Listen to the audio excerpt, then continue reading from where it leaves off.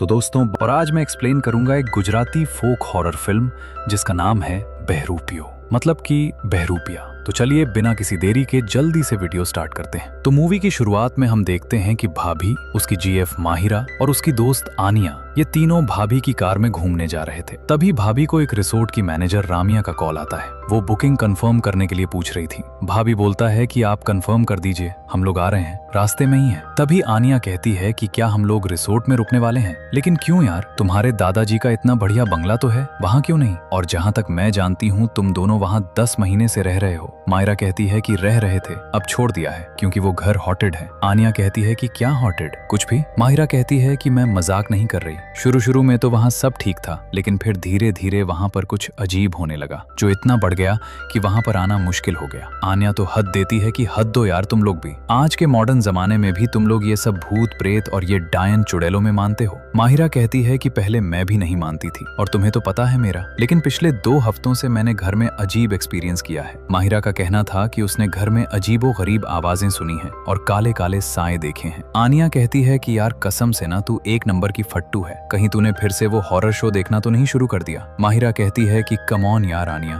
तब मैं बच्ची थी, लेकिन आज जो मैं देख रही हूँ, महसूस कर रही हूँ, उसे एक्सप्लेन नहीं कर पा रही। भाभी कहता है, अरे आनिया चल, तुम्हें गांव देखना है ना, तो चलो दिखा दूंगा। तो माहिरा कहती है कि भाभी का गांव भी श्रापित है। आनिया कहती है कि हद है यार माहिरा, अब पूरा गांव श्रापित हो गया, मतलब कुछ भी। माहिरा कहती है कि ये कुछ भी नहीं है, वो गांव सच में श्रापित है। पहले मुझे भी यकीन नहीं था, जब भाभी के दादाजी से मैंने कहानी सुनी तो मुझे भी वो कहानी ही लगी थी, लेकिन वहां 10 महीने बिताने के बाद मैं पक्के तौर पर कह सकती हूँ कि वहां कुछ तो है जो ठीक नहीं है। अब आया भाभी से पूछती है कि अच्छा पहुंचने में कितना टाइम है? भाभी कहता है कि 2 घंटे। आनिया कहती है कि चलो, तुम्हारी भूतिया कहानी सुनने के लिए बहुत टाइम है, सुनाओ। माहिरा कहती है कि तुम्हें तो सब मजा लगता है ना। आनिया कहती है कि अरे यार बुरा मत मान, देखो एज अ जर्नलिस्ट मैं इन सब पर यकीन नहीं कर सकती, मैं बस लॉजिक को मानती हूँ, तो मैं इसे सीरियसली नहीं ले सकती ना, लेकिन फिर भी तुम कहानी सुनाओ, मुझे जानना है। तो फिर वो उसको कहानी सुनाती है कि आज से 70 साल पहले इस गांव पर राजा अमरेंद्र का शासन हुआ करता था, जो कि अपनी करुणा, न्यायप्रिय और प्रगतिवादी सोच के लिए जाने जाते थे। राजा अपने सभी कर्तव्यों को पूरी निष्ठा के साथ पूरा करते थे, लेकिन इन सब के बावजूद भी राजा दुखी थे, क्योंकि शादी के कई साल बाद भी राजा को कोई बच्चा नहीं हुआ था। तो एक साधु की सलाह पर वो संतान प्राप्ति की मन्नत लेकर सोमनाथ गए, और इधर राजा की अनुपस्थिति में गांव में जुड़वा बच्चों को लेकर एक अंधविश्वास फैल गया कि दोनों बच्चे जिंदा रहें तो इनमें से एक बच्चे में आसुरी शक्ति का वास हो जाएगा, जो आगे चलकर गांव में सदियों से सोई हुई शैतानी शक्ति को जगा देगा और पूरा गांव बर्बाद हो जाएगा। इसलिए जुड़वा बच्चे होने पर वो एक बच्चे की बलि दे देते थे। जब राजा सोमनाथ से लौटे और उन्हें इस बात का पेटर्न चला तो राजा को बहुत गुस्सा आया और उन्होंने गांव की इस बड़ी प्रथा को बंद करने का आदेश दिया। लेकिन गांव वालों के मन में इतना डर बैठ चुका था कि उन्होंने राजा से छुपकर इस प्रथा को जारी रखा। राजा को जब इसका पता चला तो उन्हें बहुत दुख हुआ कि प्रजा उनकी बात भी नहीं मान रही। वो चाहकर भी अब इस प्रथा को नहीं रोक पाए, क्योंकि ये अब गांव वालों की आस्था बन गया था। राजा के मंत्री ने कहा कि हमें गांव वालों की आस्था का सम्मान करना पड़ेगा, नहीं तो प्रजा विद्रोह न कर दे, और राजा ने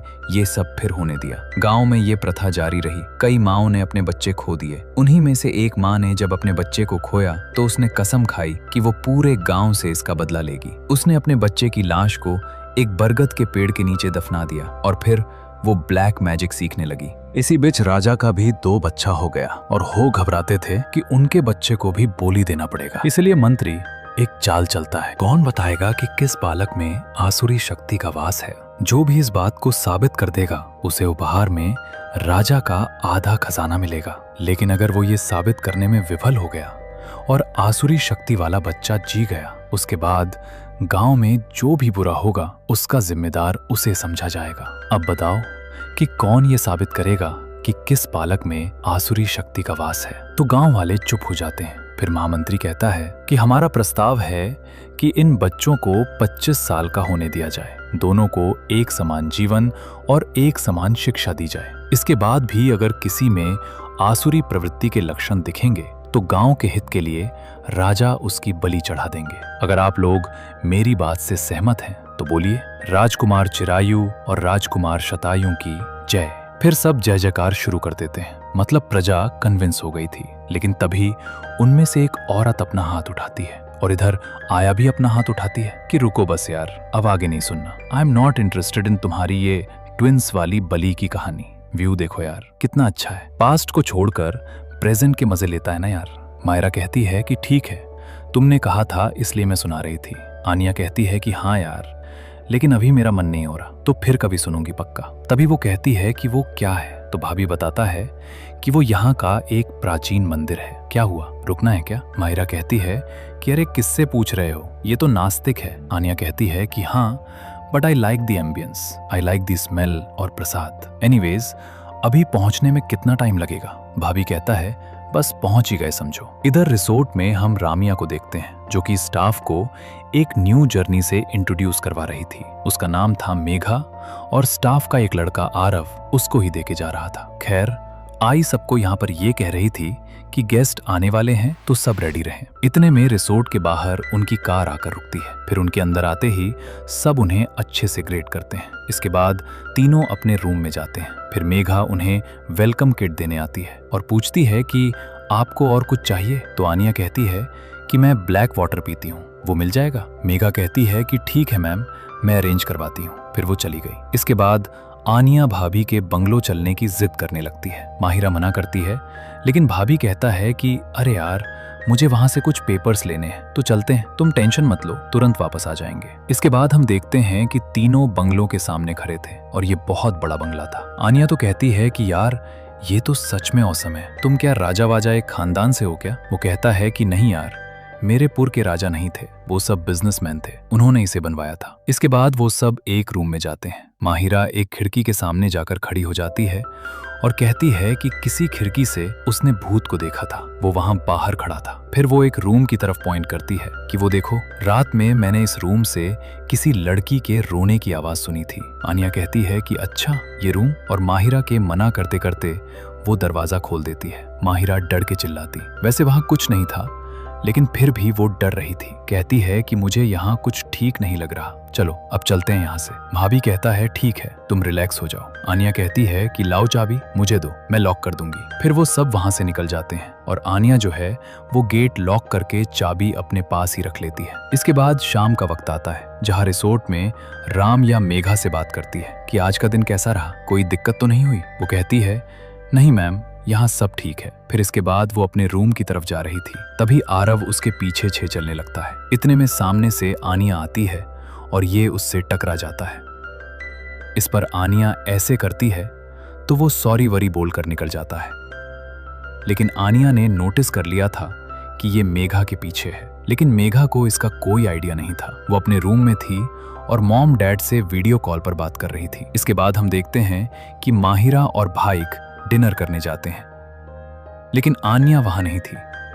तो माहिरा उसे कॉल करके बुला रही थी कि यार मुझे तो बहुत भूख लग रही है, मैं ज्यादा देर वेट नहीं कर। आनिया कहती है यार तुम लोग डिनर करो, मैं अभी नहीं आ सकती। माहिरा कहती है कि वैसे तू है कहाँ? तो वो बताती है कि भाभी के बंगलो पर। दूसरी तरफ आनिया अपना ब्लैक वाटर पी रही थी। इसके बाद वो रिसोर्ट के बाहर टहलने लगती है। दूसरी तरफ मेघा को होश आया तो उसे अजीब सा हो रहा था, सर एकदम भारी सा लग रहा था। तो बाथरूम में जाकर अपने फेस पर पानी आनी मारती है और तभी इसी दौरान मिरर में उसकी इमेज डिमोनिक हो जाती है और गर्दन टेढ़ी करके उसे ऐसे देखती है तो मेघा डर के वहां से भाग जाती है। दूसरी तरफ आनिया बंगलों के अंदर टहल रही थी और माहिरा और भाग से वीडियो कॉल पर बात कर रही थी। कहती है कि यहाँ कुछ नहीं है, देख लो। तभी आनिया के पीछे कोई खड़ा दिखाई देता है और फिर उसे कुछ हो जाता है। ये देखकर भाग और माहिरा बहुत घबरा जाते हैं और तुरंत बंगलों के लिए निकलते हैं। इधर रिसोर्ट में मेघा बेड पर बेसुध हालत में पड़ी थी, तभी उसके हाथ पर अपने आप एक मार बन जाता है। दूसरी तरफ माहिरा और भाविक बंगलो जाते हैं तो आनिया वहां पर चुपचाप पीछे मुंह करके खड़ी थी और कुछ बोल नहीं रही थी। तभी एकदम अचानक से वो पलटती है, जिससे माहिरा और भाविक डर जाते हैं कि भूत। लेकिन आनिया ने बस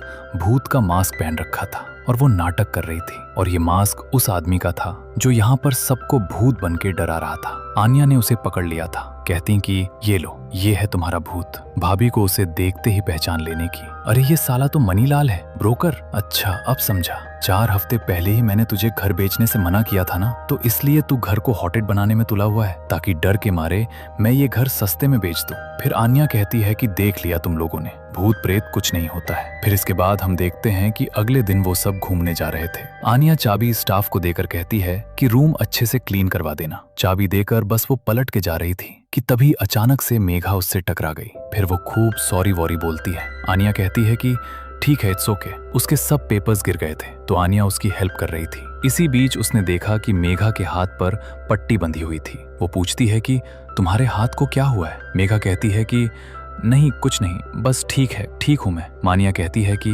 ओके, और फिर वो बाहर जाकर कार में बैठ गई। और आज भाभी उसे अपना गांव घुमाने ले जाता है जैसा कि वो बोला था। तीनों सफर को खूब एंजॉय कर रहे थे, खासकर आनिया, वो तो पहली बार आई थी ना। पूरे दिन वो लोग खूब घूमते हैं, सेल्फी वेल्फी लेते हैं, रात में मंदिर जाते हैं। भाविक और माहिरा पूजा करते हैं। आनिया गीत संगीत में हिस्सा लेती है और खूब एंजॉय करती है। फिर लास्ट में सब मिलकर डांडिया डांस भी करते हैं। दूसरी तरफ रिसोर्ट में फटाक से दरवाजा खुलता है जो कि मेघा ने खोला था। उसे कुछ हो गया था, वो ऐसे गर्दन टेढ़ी कर रखी थी और ट्रांस स्टेट में चल रही थी। इतने में वो सभी रिसोर्ट पहुंच जाते हैं। तभी मेघा उनके सामने से ही निकलकर बाहर जाने लगती है। आनिया उसे देखते ही पहचान लेती है कि ये तो मेघा है, ये कहाँ जा रही है। वो उसे आवाज लगाई लेकिन वो कोई रिस्पॉन्ड नहीं कर रही थी और बस चुपचाप चले जा रही थी। इसी तरह वो रिसोर्ट के गेट से बाहर निकल जाती है। तीनों को ये अजीब लगता है तो सब उसका पीछा करते हैं। एंड में मेघा एक बरगद के पेड़ के सामने जाकर खड़ी हो जाती है और ये वही पेड़ था जहां उस औरत ने अपने बच्चे को दफनाया था। मेघा वहीं पर चुपचाप खड़ी थी, उसकी आंखें खून की तरह लाल थीं। तभी तीनों उसको देखने आते हैं और माहिरा उसके कंधे पर हाथ रख देती है, जिसके बाद मेघा पलटकर उसे देखती है और फिर तुरंत बेहोश हो जाती है। फिर वो लोग उसको रिसोर्ट लेकर आते हैं। डॉक्टर उसे चेक कर रहा था। आनिया रामिया से पूछती है कि क्या मेघा को असली वॉकिंग की प्रॉब्लम है? रामिया कहती है कि मैम ये न्यू जर्नी है तो मुझे इसके बारे में ज्यादा नहीं पता, लेकिन हमारी पॉलिसी है कि हम अपने स्टाफ का पूरा बैकग्राउंड चेक करते हैं। उसके अकॉर्डिंग तो मेघा को कोई भी मेडिकल इशू नहीं है। आनिया कहती है कि तो हो सकता है कि स्ट्रेस हो। रम्या कहती है कि हो सकता है जॉब का प्रेशर फील कर रही हो, अभी इसकी एज भी बहुत कम है। तभी माहिरा और भाग ने मेघा के हाथ पर वो निशान देख लिया जिससे दोनों घबरा गए। भाभी कानिया के पास जाकर धीरे से बोला कि 1 मिनट जरा बाहर आओ, और दोनों उसे बाहर लेकर जाते हैं। इधर डॉक्टर चेक करके बताता है कि मेघा बिल्कुल ठीक है। दूसरी तरफ वो सब बाहर थे। आनिया कहती है कि क्या हुआ, तुम लोग मुझे यहाँ ऐसे खींच कर क्यों ले आए? भाभी कहता है लिसन आनिया, कल सुबह ही हम लोग यहाँ से जा रहे हैं। आनिया कहती है कि क्या गाँव का श्राप निशान, अब ये सब क्या है? भाभी कहता है कि तुम्हें वो ट्रिस्ट वाली स्टोरी याद है? आनिया कहती है कि हाँ वही ना, जिसमें वो राजा अपने ट्रिस्ट को बचाने के लिए कुछ पॉलिटिक्स वगैरह करता है। लेकिन उस कहानी से मेघा का क्या कनेक्शन है? भाभी कहता है कि है, तुम्हें वो कहानी पूरी सुननी चाहिए थी। फिर वो उसे आगे सुनाता है कि जब मंत्री ने सबको चैलेंज दिया था कि ट्विंस में से कौन शैतान है, इसे कोई प्रूफ करके दिखाए, तो भीड़ में से एक औरत अपना हाथ खड़ा करती है। वो औरत कोई एक तांत्रिक टाइप लग रही थी, उसका एक बेटा भी था। वो औरत कहती है कि उसे एक विद्या आती है और अपनी विद्या से वो दोनों बच्चों के हाथ पर एक निशान बनाएगी। 25वें साल में जिस राजकुमार का निशान ज्यादा गहरा दिखाई देगा उसी में आसुरी शक्ति का वास होगा और फिर राजा को उसकी बलि देनी होगी, जिस पर महाराज वचन देते हैं कि ऐसा ही होगा। लेकिन महाराज की एक शर्त थी कि ये निशान उसे सबके सामने बनाना होगा। उस औरत के बेटे ने गले में एक पन्ने का लॉकेट पहना हुआ था। वो औरत उस लॉकेट को निकालती है और फिर उस पन्ने से ही दोनों बच्चों के हाथ पर निशान बनाती है, जो अभी मेघा के हाथ पर है। लेकिन ये सब हम देख रहे हैं, आनिया ने बस कहानी सुनी है। तो वो बोलती है कि तुम्हें कैसे पता कि ये वही निशान है? जिस पर माहिरा बताती है कि वो म्यूजियम में देखी है, जाकर देख लो। लेकिन आनिया को अभी भी सब बकवास लग रहा था। तो भाभी कहता है कि देखो आनिया, तुम मानो या ना मानो ये तुम्हारे ऊपर है, तुम्हारी मर्जी है, लेकिन हम मानते हैं और इसीलिए हम कल सुबह यहाँ से जा रहे हैं। आनिया कहती है कि पागल हो क्या तुम लोग? अरे क्यों फट रही है तुम्हारी इतनी, कि क्यों फट रही है तुम्हारी इतनी? भाभी कहता है क्योंकि वो निशान मौत का निशान है। वो निशान जिस पर आता है वो जिंदा नहीं बचता, यहाँ तक कि उससे जुड़े लोगों की भी मौत हो जाती है। लेकिन आनिया उनकी बात को नहीं मान रही थी। अब अगले दिन ही दोनों जा रहे होते हैं। आनिया को भी बोलते हैं कि यार जिद छोड़ और चल हमारे साथ, लेकिन आनिया मना कर देती है। कहती है कि अब मुझे पूरी कहानी और उसका सच जानना है। आखिर मैं एक जर्नलिस्ट हूँ, तो मुझे अपना काम करने दो यार, और देख लेना मैं बहुत जल्द तुम्हें प्रूव कर दूंगी कि ये सब बस एक स्टूपिड मिथिकल स्टोरी है और कुछ नहीं है। तो वो लोग भी अब क्या बोलते? वो तो बोलते हैं चल अपना ध्यान रखना और कोई बात हो तो तुरंत फोन करना। इसके बाद वो अपना निकल गए। इधर मेघा को होश आ गया था। रामिया पूछती है कि अब कैसी हूँ? वो कहती है कि ठीक हूँ मैम। फिर रामिया उसको दवाई देती है और कहती है चलो अब जल्दी से ठीक हो जाओ, बहुत काम पेंडिंग है। तभी वहां पर आरव आता है। रामिया कहती है कि तुम यहाँ क्या कर रहे हो? तो वो बोलता है कि वो मेघा के बारे में सुना था, तो बस देखने आया था। अब कैसी हो मेघा? रामिया कहती है कि वो ठीक है, तुम अपने काम पर ध्यान दो। फिर वो मेघा को बाय मेघा करके चला जाता है। इधर आया ने अपनी इन्वेस्टिगेशन शुरू कर दी थी। वो स्टाफ से डॉक्टर का नंबर मांग रही थी जो मेघा को चेक करने आया था। जब स्टाफ इसका रीजन पूछती है तो ये कह देती है कि वो मुझे भी थोड़ा अनईजी फील हो रहा है, इसलिए इस तरह वो नंबर ले लेती है। इसके बाद रात में मेघा फिर बाहर जाने लगती है। आरव बाहर ही खड़ा था। वो उसको देख लेता है। वो मेघा को आवाज लगाता है लेकिन वो नहीं सुनती और फिर से उसी बरगद के पेड़ के सामने जाकर खड़ी हो जाती है। आरव जब उसे देखने जाता है, उसे टच करता है, तो वो पलटकर आरव को देखती है और तुरंत बेहोश हो जाती है। फिर आरव मेघा को लेकर रिसोर्ट जाने लगता है। बाहर आनिया डॉक्टर से बात कर रही थी। तभी वो आरव को मेघा को ले जाते हुए देख ली तो इसे उस पर शक होता है कि यही कुछ कर रहा है। आरव मेघा को उसके रूम में ले जाता है और बेड पर लेटा देता है। तभी आया आकर उसे धक्का देकर हटा देती है कि हटो, और मेघा को चेक करती है तो वो तो बेहोश थी। फिर वो आरव पर गुस्सा करती है कि क्या किया है इसके साथ। आरव कहता है कि अरे मैंने कुछ नहीं किया। आनिया कहती है कि झूठ मत बोलो, तुम ही इसे हिप्नोटाइज कर रहे हो ना। आरव कहता है कि मैडम आप ये क्या बोल रही हैं, मुझे कुछ समझ नहीं आ रहा। तभी मेघा होश में आ जाती है और कहती है कि उसने कुछ नहीं किया। आरव भी कहता है कि मैडम मैंने तो इसे नींद में चलकर जाते हुए देखा था, इसलिए इसके पीछे गया था। ये वहां बेहोश हो गई थी तो वो इसे लेकर यहां आ गया बस। मेघा भी कहती है कि मैम ये सच कह रहा है, बेहोश होने से पहले मैंने इसे देखा था। आनिया कहती है कि तुम नहीं हो तो फिर कौन है जो इसे हिप्नोटाइज कर रहा है? क्योंकि मेरी अभी डॉक्टर से बात हुई, इसको कोई भी बीमारी नहीं है, मेडिकली शी इज फाइन। तो फिर कोई हिप्नोटाइज ही कर रहा होगा ना? मेघा कहती है लेकिन मेरे साथ ऐसा कौन करेगा? आनिया कहती है कि वो मैं पता लगा लूंगी, और आरव से कहती है कि तुम मेरा इसमें साथ दोगे। वो कहता है कि ठीक है मैम। फिर इसके अगले दिन आया रामिया से परमिशन लेकर मेघा को अपने साथ बाहर ले जाती है, और साथ में आरव भी था क्योंकि उसी को यहाँ के जगहों के बारे में पता था। पहले वो उन्हें वहां का एक गार्डन दिखाने ले जाता है। आनिया मेघा को आरव के साथ छोड़ देती है क्योंकि उसे अब लग गया था कि वो लड़का सही है। वहां पर उसे एक माली मिलता है तो उससे बात करने जाती है, जो आनिया को उस गार्डन के बारे में बहुत ही अजीब बातें बताता है कि 5 साल पहले यहाँ पर कुछ नहीं था, पथरीली जमीन थी और अब देखो। कहती है लेकिन ये चमत्कार आपने किया कैसे? वो कहता है कि मैंने नहीं किया, ये सब अमिताभ भाई ने किया है।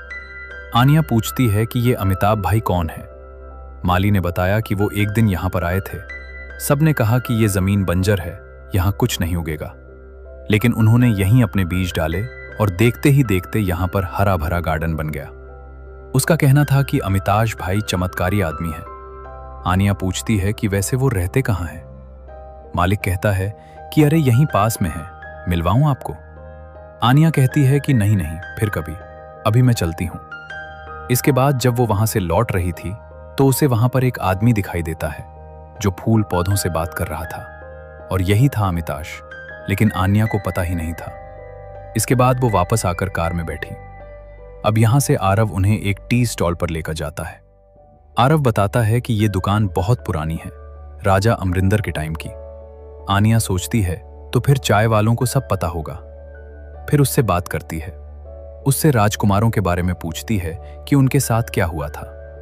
फिर चाचा उसे पूरी कहानी सुनाते हैं कि जैसे जैसे राजकुमार बड़े होते गए, राजा की चिंता और बढ़ती गई।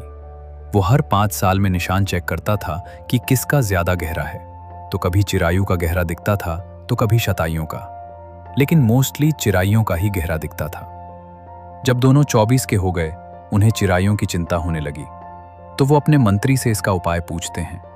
तो मंत्री ने राजा को सलाह दी कि वो राजकुमार चिरायु की शादी करवा दे और शादी समारोह में चिराइयों को नया राजा घोषित कर दे। अब राजा की बलि थोड़ी ना कोई दे सकता है। महाराज ने ऐसा ही किया।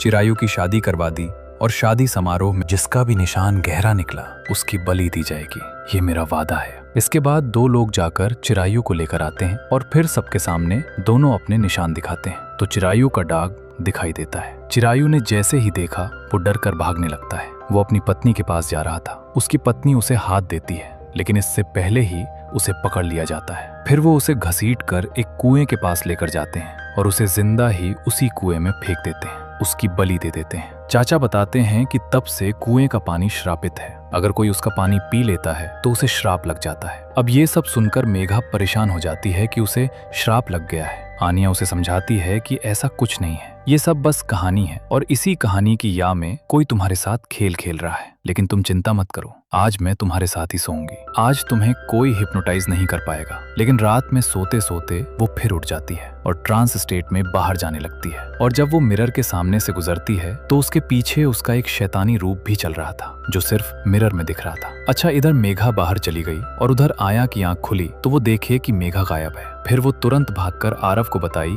कि मेघा फिर बाहर चली गई। अब वो दोनों बाहर आए तो देखे कि मेघा कार में बैठी थी और उनके सामने ही वो कार लेकर निकल गई। तो फिर वो लोग उसे बाइक से पकड़ने गए। इधर मेघा उसी शापित कुएं के पास पहुंच गई। वो उसमें कूदने जा रही थी लेकिन तभी आनिया आकर उसे पकड़ ली। अगले दिन मेघा आनिया से कहती है कि मैं तो ये जॉब छोड़ रही हूँ, ये जगह सच में शापित है, मुझे यहाँ नहीं रहना अब। लेकिन आनिया अभी भी कह रही थी कि ऐसा कुछ नहीं है, तुम बस स्ट्रेस में हो। अब मेघा को भी उस पर गुस्सा आ गया कि बस बहुत हो गया, तुम्हें नहीं पता कि मेरे साथ क्या हो रहा है, मैं क्या महसूस कर रही हूँ, तुम नहीं समझ सकती। और नाराज होकर चली जाती है। फिर आनिया उसको समझाने उसके पीछे जाती है लेकिन तभी कोई लड़की उसका हाथ पकड़ लेती है और कहती है कि वो सच कह रही है। और ये लड़की पता है कौन थी? जानकी बोदीवाला। अभी इनके कैरेक्टर का नाम रिवील नहीं हुआ है तो मैं इन्हें जानकी ही बुलाऊंगा। तो जानकी कहती है कि उसे कोई स्ट्रेस नहीं हुआ है बल्कि वो किसी आत्मा के वश में है। अब आनिया का तो आपको पता ही है, वो तो हंस देती है कि मैं ये भूत प्रेत इन सब में नहीं मानती। जानकी कहती है कि तुम तो भगवान, मैं भी नहीं मानती है ना? वो कहती है कि हाँ मैं नहीं मानती। जानकी कहती है कि ठीक है तुम्हारी मर्जी, लेकिन इतना जान लो कि एनर्जीज होती हैं, अच्छी और बुरी दोनों। आनिया कहती है तुम मुझे ये सब क्यों बता रही हो, कौन हो तुम? जानकी कहती है कि जब तुम एनर्जीज में ही नहीं मानती तो मेरे बारे में जानकर क्या करोगी? लेकिन अगर तुम्हें मेघा को बचाना है तो इन सब पर यकीन करना होगा। आनिया कहती है लेकिन तुम्हें उसके बारे में कैसे पता है? जानकी कहती है सिर्फ यही नहीं बल्कि मैं तो ये भी जानती हूँ कि वो पहली लड़की नहीं है इस गांव में जिसके साथ ये हो रहा है। इस श्राप का शिकार कई लड़कियां बन चुकी हैं। फिर वो आनिया का हाथ पकड़ती है और अपनी शक्ति से उसे एक सीन दिखाती है जिसमें आनिया कई लड़कियों को उस कुएं में कूदकर अपनी जान देते हुए देखती है। आनिया को ये दिखाकर वो जाने लगती है। आनिया उसे कहती है कि रुको, अपना नाम तो बताती जाओ। वो कहती है कि मेरा नाम मदद नहीं करेगा, बस तुम्हें एक सलाह है कि आगे से पानी संभल कर पीना। यहाँ पर हम उसके गर्दन पर एक रोज का टैटू भी देख पाते हैं। खैर, पानी संभल कर पीना ये बोलकर वो चली जाती है। फिर आनिया देखी कि जिस हाथ को लड़की पकड़ी थी उस हाथ में अब रोज था। अब इसके बाद हमें 2 दिन पहले का सीन दिखाया जाता है जब भाभीक और माहिरा वहां से जा रहे थे लेकिन वो गांव से बाहर नहीं निकल पाते। रास्ते में अचानक उनकी कार खराब हो जाती है, उनकी कार भी लॉक हो जाती है और कार में अजीब सा धुआं फैल जाता है जिससे दोनों का दम घुटने लगता है। और फिर स्क्रीन पर हमें वही निशान दिखाया जाता है और ये सीन यहीं पर कट हो जाता है। अब प्रेजेंट टाइम में आनिया उनको कॉल कर रही थी लेकिन फोन बंद आ रहा था, मतलब उनके साथ पक्का कुछ गलत हो गया है। आनिया दोनों को मिस कर रही थी, उनके साथ जो सेल्फीज ली थी वो देख रही थी और तभी पीछे वॉल पर उसे वही निशान दिखाई देता है।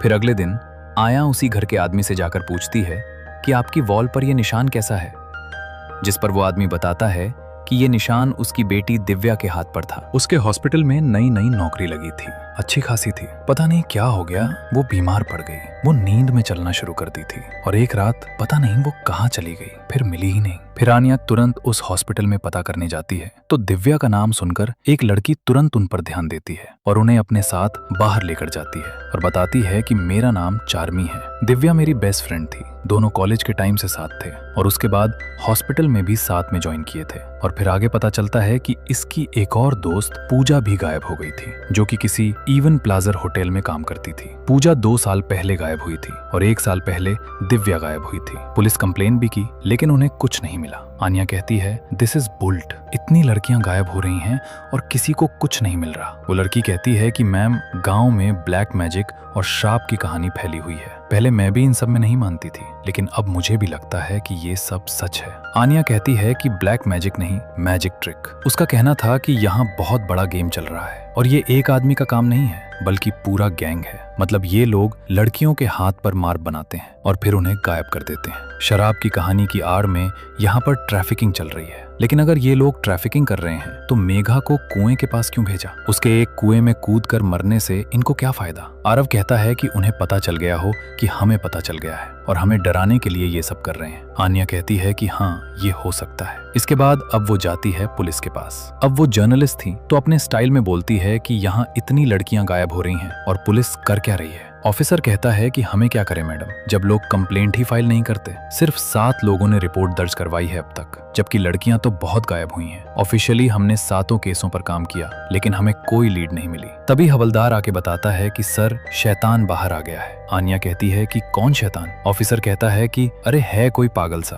पुराने खंडर में रहता है, सुना है कि वो कोई ब्लैक मैजिक जानता है, सुमाली सुमाली करके बस चैट करता रहता है। खैर, इसके बाद आन्या अपनी इन्वेस्टिगेशन आगे बढ़ाती है और जो सबसे पहला केस रजिस्टर था उसका पता करती है। और ये केस 25 साल पुराना था, जिसमें किसी आरव नाम के रिसोर्ट में काम करने वाली लड़की गायब हुई थी। मतलब गायब होने वाली हर लड़की न्यू जॉनी थी और बिल्कुल यंग थी। अब आनी यहाँ पर आरव से कहती है कि तुम ये वाले रिसोर्ट पर जाकर पता करो। मैं अपने रिसोर्ट पर जाती हूँ, वहाँ मेघा अकेली होगी। इसके बाद हम देखते हैं कि रात हो गई थी, लेकिन आरव रिसोर्ट से वापस नहीं आया था। उसका फोन भी नहीं लग रहा था। तो फिर अगले दिन आया खुद उसी रिसोर्ट पर जा रही थी, लेकिन रास्ते में टायर पंक्चर हो जाता है। वो तो किस्मत से एक पंक्चर वाला वहाँ से गुजर रहा था। उसका नाम था सूर और वो भी अमिताज भाई की बात कर रहा था। आन्या कहती है कि अमिताज भाई, ये नाम तो मैंने उस गार्डन के मालिक से सुना था। सूर उसको भी जानता था। कहता है कि हाँ, वो नारायण भाई हैं। फिर कहता है कि मैं समझ गया, लगता है आपकी किस्मत में आज अमिताभ भाई से मिला लिखा है मैडम। मैं क्या कहता हूँ, सामने उनका घर है, आप जाकर उनसे मिल लो, तब तक मैं पंक्चर बना देता हूँ। आन्या कहती है देखो, मुझे कोई इंटरेस्ट नहीं है उनसे मिलने में और मेरे पास टाइम भी नहीं है। मैं आगे जा रही हूँ, कोई टैक्सी वैक्सी मिल जाएगी तो देखती हूँ, तुम पंक्चर ठीक करो। सूर कहता है अरे मैडम, मेन रोड यहाँ से 20 मिनट दूर है, उससे पहले आपको टैक्सी नहीं मिलेगी। आपको जल्दी जाना है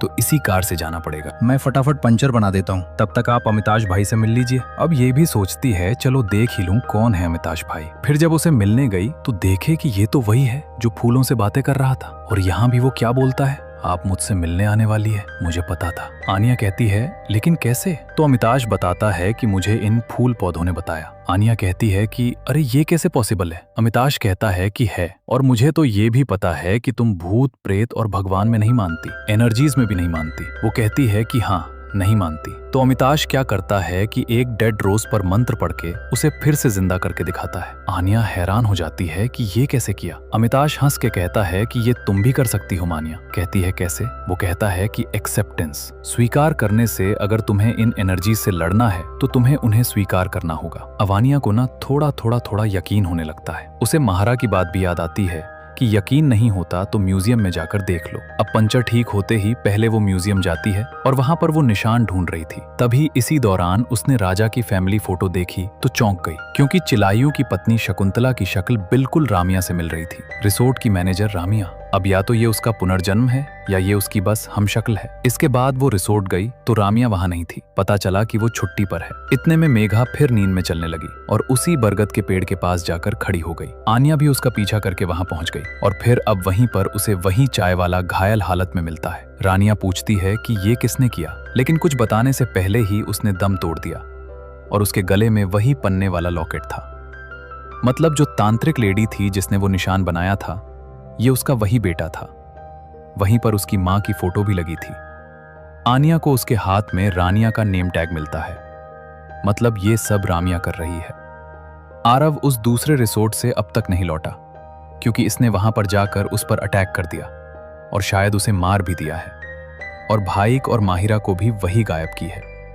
खैर, अब हम देखते हैं कि मेघा फिर से उसी कुएं के पास जाकर उस पर खड़ी हो जाती है, लेकिन टाइम पर पहुंचकर आन्या उसे पकड़ के नीचे खींच लेती है। फिर वो उसे उठा रही थी कि मेघा होश में आओ। इतने में कोई आन्या को एक हाथ से पकड़ा और उठा के फेंक दिया, और ये राम्या ही थी।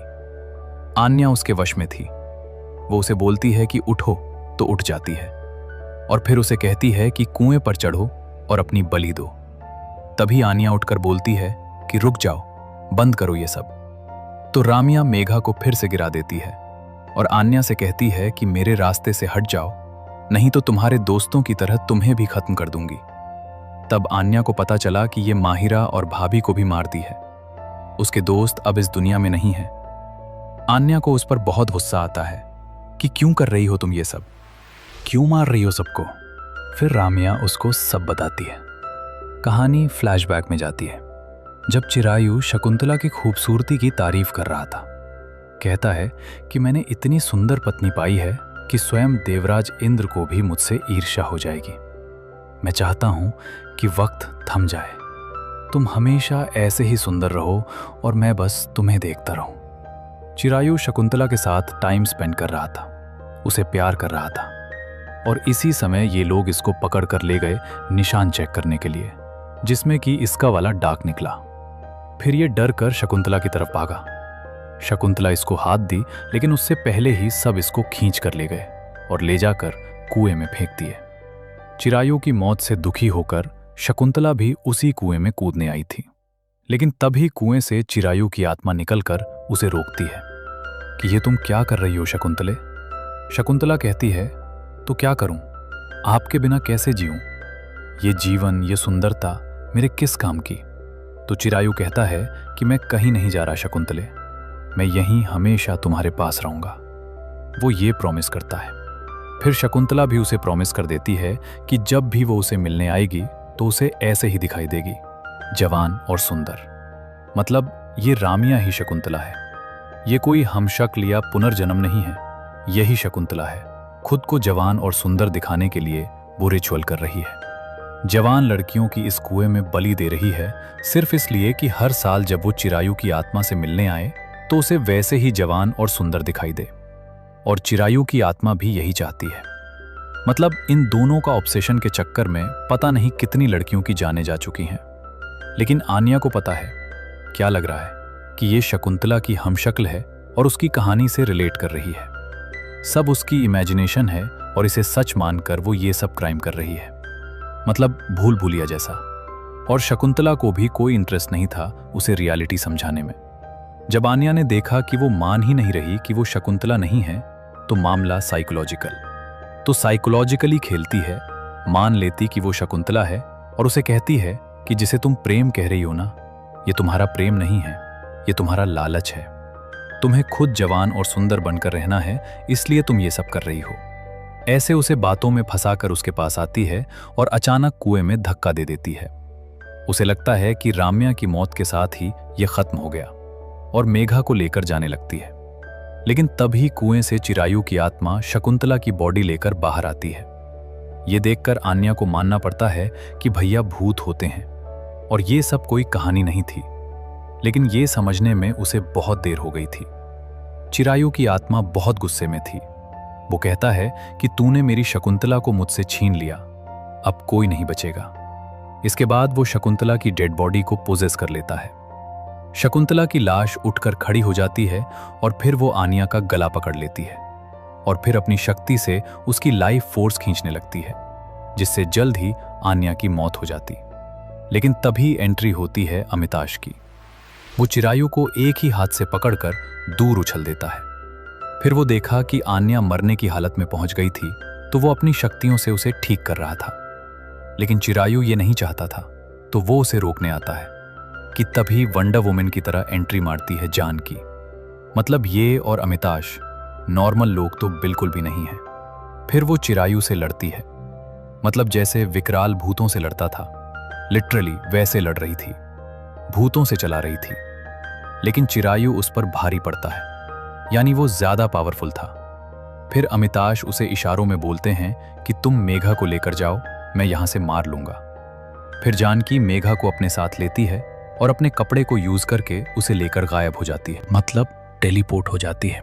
लेकिन अब अमिताश को अकेला पाकर चिरायु उस पर अटैक करने आता है, लेकिन उससे पहले ही कोई उसका हाथ पकड़ लेता है और ये थी आन्या, जो कि ठीक हो गई थी।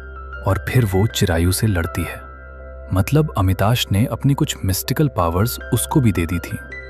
और उसने एनर्जी की एग्जिस्टेंस को भी एक्सेप्ट कर लिया था। और अमिताश ने ही कहा था कि जिस दिन तुम एक्सेप्ट कर लोगी तो तुम इन शक्तियों से लड़ पाओगी। लेकिन फिलहाल तो चिरायु उस पर भारी पड़ रहा था। लास्ट में वो आन्या को गले से पकड़ लेता है और उसे कुएं की तरफ लेकर जा रहा था, और अमिताश उसे रोक भी नहीं रहे थे। असल में वो कुछ जानने की कोशिश कर रहे थे, और उन्हें पता चला कि शकुंतला के पैर पर भी वही मार्क है। जब चिरायु ने उसे मार्क वाले हाथ से छुआ था तो वो उस पर भी आ गया था। बस फिर क्या, अमिताश अपनी शक्ति से वेपन बनाकर आन्या की तरफ पास करते हैं, जिसे आन्या शकुंतला के पैर पर बने उसी मार्क पर स्टैप कर देती है। शकुंतला की सब शैतानी शक्ति यहीं पर इकट्ठा थी, जिसने उसकी बॉडी की एज को रोक रखा था, उसे जवान बना रखा था।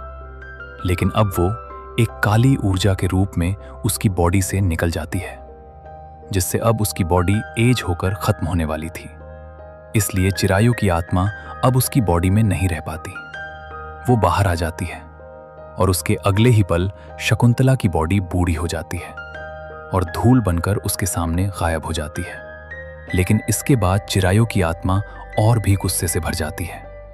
अब वो अमिताश से भी कंट्रोल में नहीं आ रहा था, तो अमिताश अब हनुमान जी को याद करता है और हनुमान चालीसा पढ़ता है। इसके बाद लास्ट में हनुमान जी की एंट्री होती है। गदा रूप में उनकी एक शक्ति यहां पर आती है जो अमिताश की हेल्प करती है, जिससे वो चिरायु की आत्मा को बांधने में कामयाब हो जाता है और फिर उसे कुएं में डालकर कुएं को भी सील कर देता है। और फिर इन सब के बाद हम देखते हैं कि आन्या अपना बैग उठाती है, पानी पीती है और रिसोर्ट से चली जाती है। असल में रामिया अपने रिसोर्ट में कुएं का श्रापित पानी मिलाकर लोगों पर श्राप लगाती थी। भाविक और माहिरा भी श्रापित पानी पिए होंगे, वो भी श्रापित थे, इसलिए वो गांव से बाहर नहीं जा पाए और चिरायु और रामिया की शैतानी शक्ति ने उन्हें मार दिया। आन्या अब तक इसलिए बची हुई थी क्योंकि वो रिसोर्ट का पानी पीती ही नहीं थी। वो तो अपना अलग से ब्लैक वाटर मंगा के पीती थी, लेकिन अब रिसोर्ट का पानी सेफ है क्योंकि श्राप खत्म हो चुका है। लेकिन गांव की परेशानियां अभी खत्म नहीं हुई, क्योंकि अभी एक और शैतान बचा हुआ है। वो शैतान जिसके बारे में पुलिस वाले बता रहे थे, जो खंडर बंचू की हवेली में बैठकर सुमाली सुमाली चट करता रहता है। और ये कोई और नहीं बल्कि चिरायु का भाई शतायु है।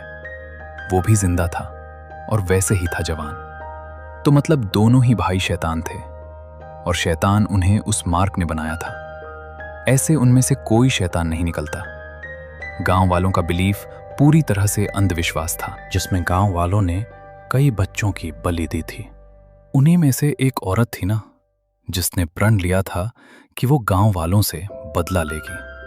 तो ये वही औरत है जिसने वो मार्ग बनाया था। गांव वालों से बदला लेने के लिए उसने खुद पहले ब्लैक मैजिक सीखा और उनके अंधविश्वास को रियल बना दिया।